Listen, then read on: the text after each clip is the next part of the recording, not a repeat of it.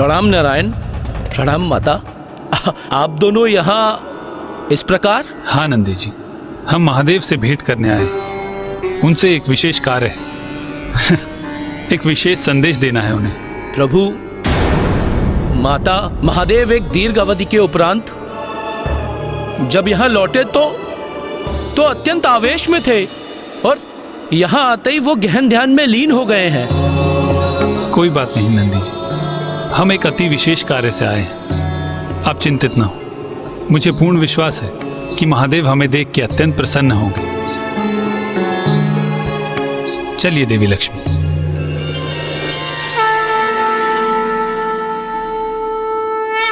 नारायण स्थिति की गंभीरता क्यों नहीं समझ रहे हैं? मुझे चिंता हो रही है। कहीं महादेव अपने ध्यान में आए व्यवधान से पुनः क्रोधित हो गए तो?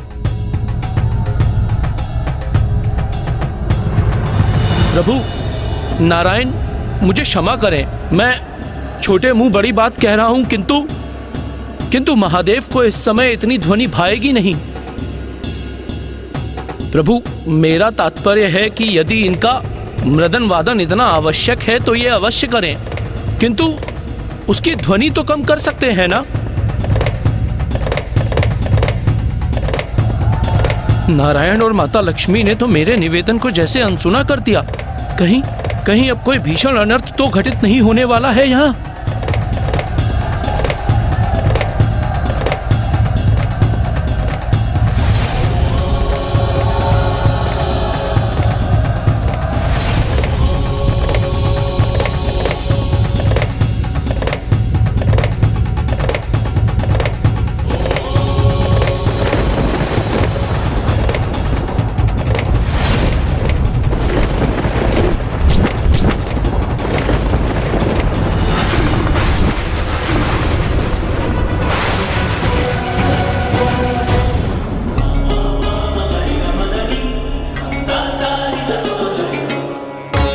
प्रणाम महादेव।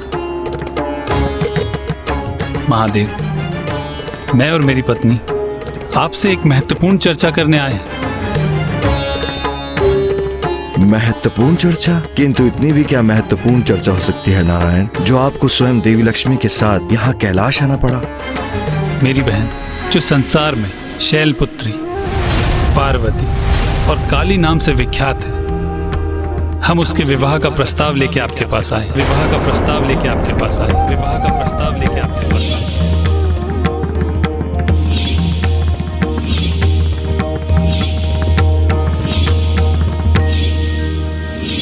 मेरी बहन पार्वती जो मेरे ही अंश हिमालय पर्वत के अधिपति महाराज हिमावन की इकलौती पुत्री है और अपने राजभवन में संपूर्ण सुख सुविधाओं के साथ पली बड़ी है।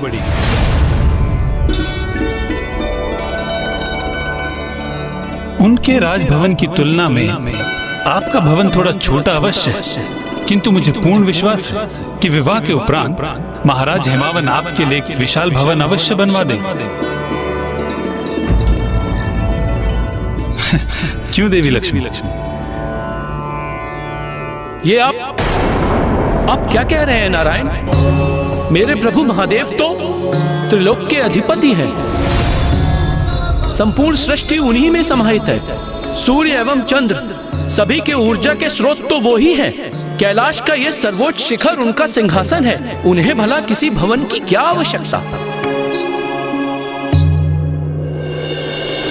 किंतु मेरी बहन दुर्लभ और बहुमूल्य आभूषण ही धारण करने की अभ्यस्त है।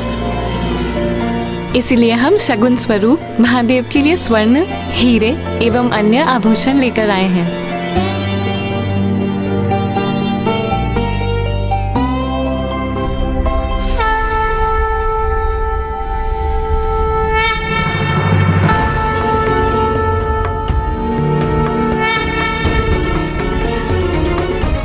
माता लक्ष्मी, ये तो सर्व ज्ञात है कि महादेव तो सभी संसारिकता के प्रपंचों से परे हैं। उन्हें इन बहुमूल्य वस्तुओं का कोई मोह नहीं। मेरे महादेव तो मात्र भस्म में रमते हैं। किंतु मेरी बहन सर्वगुण संपन्न है, अद्भुत सौंदर्य है उनका। और महादेव जगत पिता है, त्रिकालदर्शी, परम ब्रह्म है। अब बस भी कीजिए नाथ। मुझे ज्ञात है कि आपको अपनी बहन पार्वती पर बहुत गर्व है। आप यहाँ उनका प्रस्ताव लेकर आए हैं, तो उनकी इतनी प्रशंसा करना तो स्वाभाविक है। आपकी बहन सर्वगुण संपन्न है, तो महादेव भी महादेव हैं। उनकी महिमा की भी कोई तुलना संभव नहीं।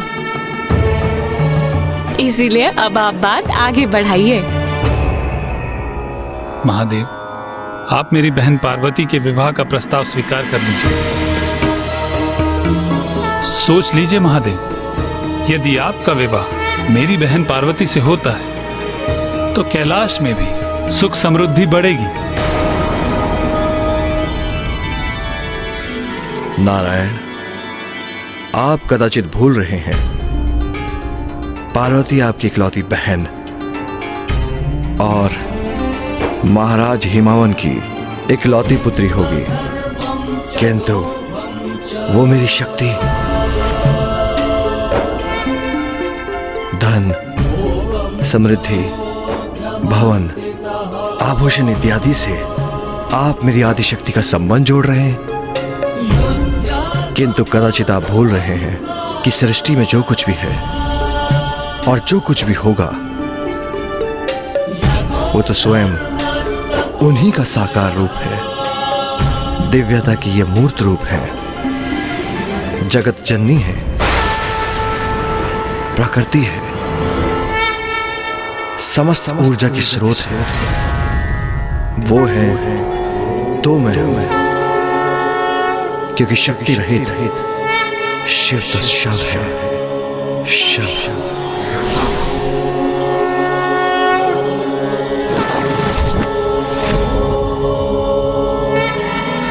सर्वतः उचित कहा महादेव, मैं तो केवल आपको टटोल रहा था।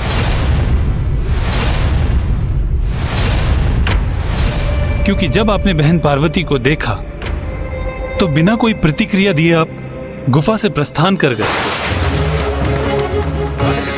तो हमें आभास हुआ कि शायद आप अभी भी विरक्ति की अवस्था में हैं। किंतु अब आपके इस कथन से हमें ज्ञात हो गया है कि देवी पार्वती आपके कण कण में बसती हैं, आप उनसे विलग नहीं।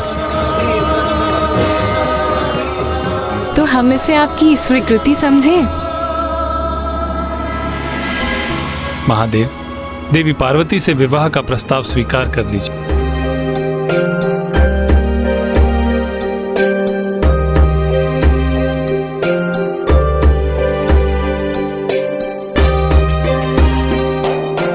नाथ, मेरे पिता के यहाँ यज्ञ का आयोजन है, हमें वहाँ जाना चाहिए।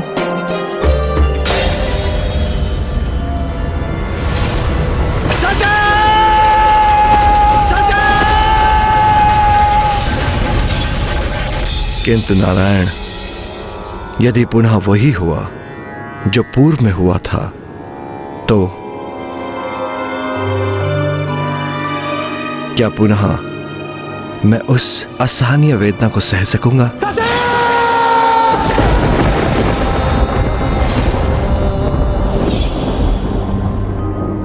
जो मैंने देवी सती के वियोग में सही थी। नहीं, ये मुझे स्वीकार नहीं।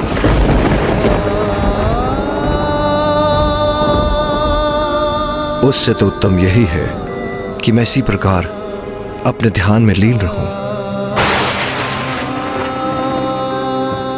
और आपने अपनी बहन के सभी गुण तो गिना दिए, किंतु उनके दोष, उसका उल्लेख नहीं किया आपने। उस समय जब राजा प्रजापति दक्ष की पुत्री के रूप में प्रकट हुई थी, कितना हठ था उनके स्वभाव में। मेरे उचित सुझाव को अनसुना कर दिया था। सती, यदि तुम जाने का निर्णय ले ही चुकी हो तो मैं तुम्हें रोकूंगा नहीं, किंतु इसके बाद भी मैं कदापि तुम्हारे साथ नहीं जाऊंगा। अभी आप ही ने कहा कि हठ उचित नहीं, और अब आप ही अपने हठ पर अडिग हैं। उचित है फिर मैं आपकी पत्नी अवश्य हूँ,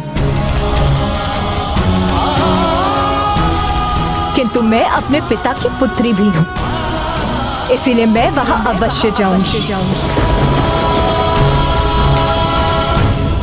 इसका कितना भीषण परिणाम हुआ था। उन्होंने आत्मदाह कर लिया और मैं तभी से उस विरह की अग्नि में झुलस रहा हूं। इसलिए अब जब वो देवी शैलपुत्री का रूप धारण कर प्रकट हुई है और उनके स्वभाव के हट के कारण उन्होंने समय आने पर मेरे शब्दों का सम्मान नहीं किया, तो फिर कहीं मेरा दुख संसार की क्षति का कारण न बन जाए। किंतु महादेव, अपनी बहन के मृत शरीर के 51 अंशों में विभाजन करना मेरे लिए भी सरल नहीं था।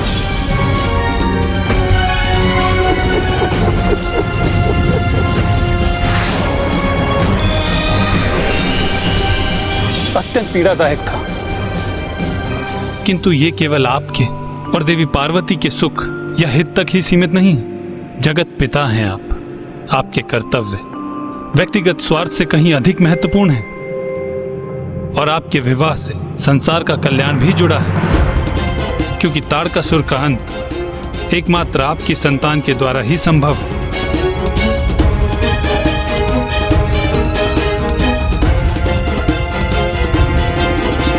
महादेव, देवी पार्वती आपका सानिध्य पाने के लिए व्यग्र हैं और मुझे ज्ञात है कि आपके हृदय की गहराई में यही प्रबल इच्छा छिपी हुई है।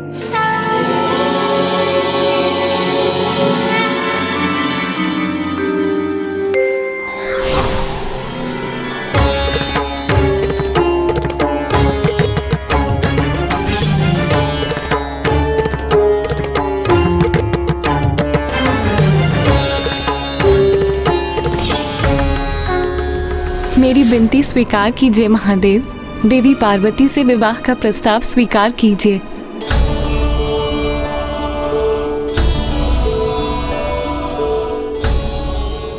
नहीं, नहीं, नहीं।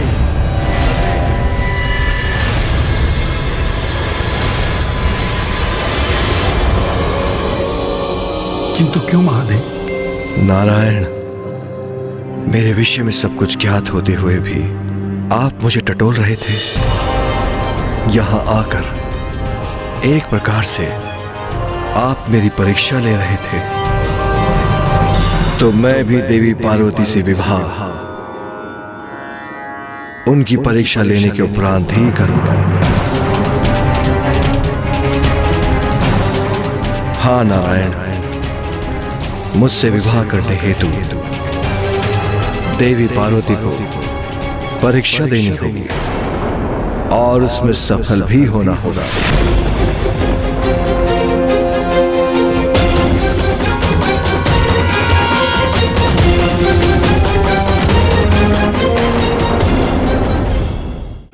महादेव माता पार्वती की परीक्षा लेना चाहते थे, किंतु क्यों? हाँ ब्राह्मण देवता, माता ने तो कितनी निष्ठा और भक्ति भाव से महादेव की सेवा की थी, तो फिर अब उनकी किसी भी परीक्षा की क्या आवश्यकता थी? माता, लौह भी तब कर ही स्वर्ण बनता है और इसमें तो कोई संदेह नहीं कि माता पार्वती पूर्ण रूप से महादेव के प्रति समर्पित थीं। किंतु उन्होंने जो भी किया वो तो उनके पिता महाराज हिमावन की इच्छा से, उनके आदेश का पालन करने हेतु किया था। किंतु अब महादेव ये सुनिश्चित करना चाहते थे कि जहां माता सती के प्रेम में हठ सम्मिलित था, वहीं माता पार्वती उस हठ से सर्वथा मुक्त थी। उचित है ब्राह्मण देवता, किंतु आप हमें यह भी बताने का कष्ट करें कि फिर महादेव ने माता पार्वती की परीक्षा कैसे ली?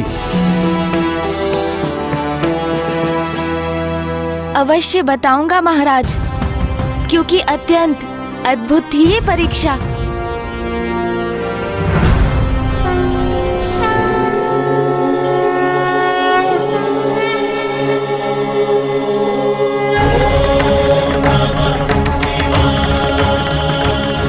पार्वती, मैं तुम्हारी परीक्षा लेने आ रहा हूं।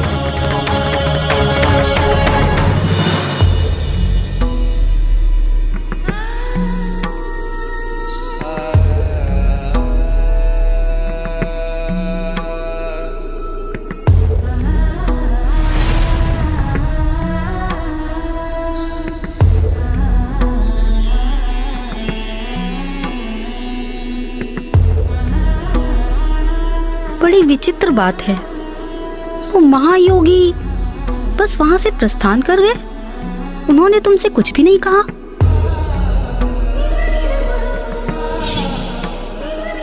प्रभु, प्रभु, नहीं, उन्होंने तो मुझसे एक शब्द भी नहीं कहा।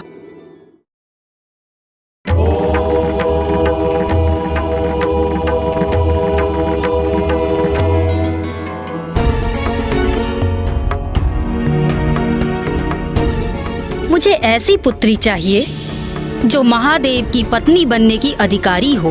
मैं तुम्हारी पुत्री बनकर तुम्हारी मनोकामना अवश्य पूर्ण करूं। तथास्तु।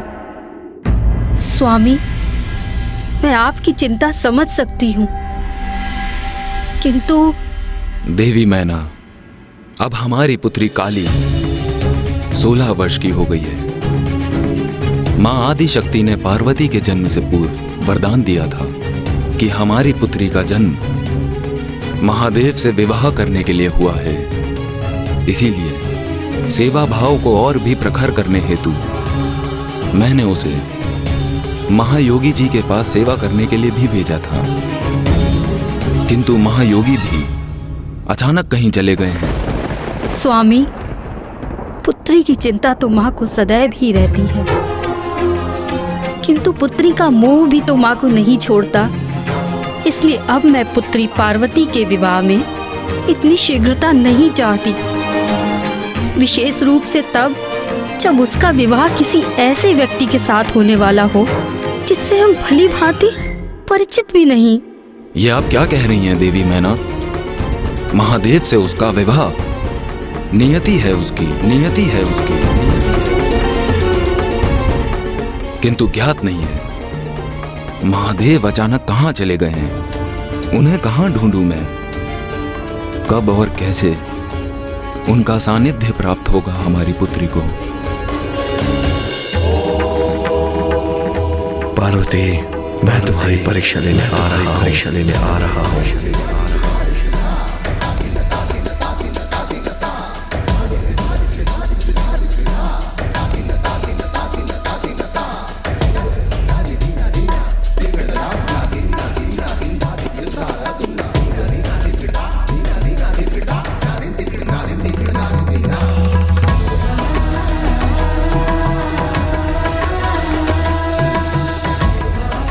क्या हुआ पार्वती? अब अचानक से तुम इतनी विचलित कैसे हो गई? ज्ञात नहीं, मुझे ऐसा आभास हुआ जैसे किसी ने मुझे मेरे नाम से पुकारा।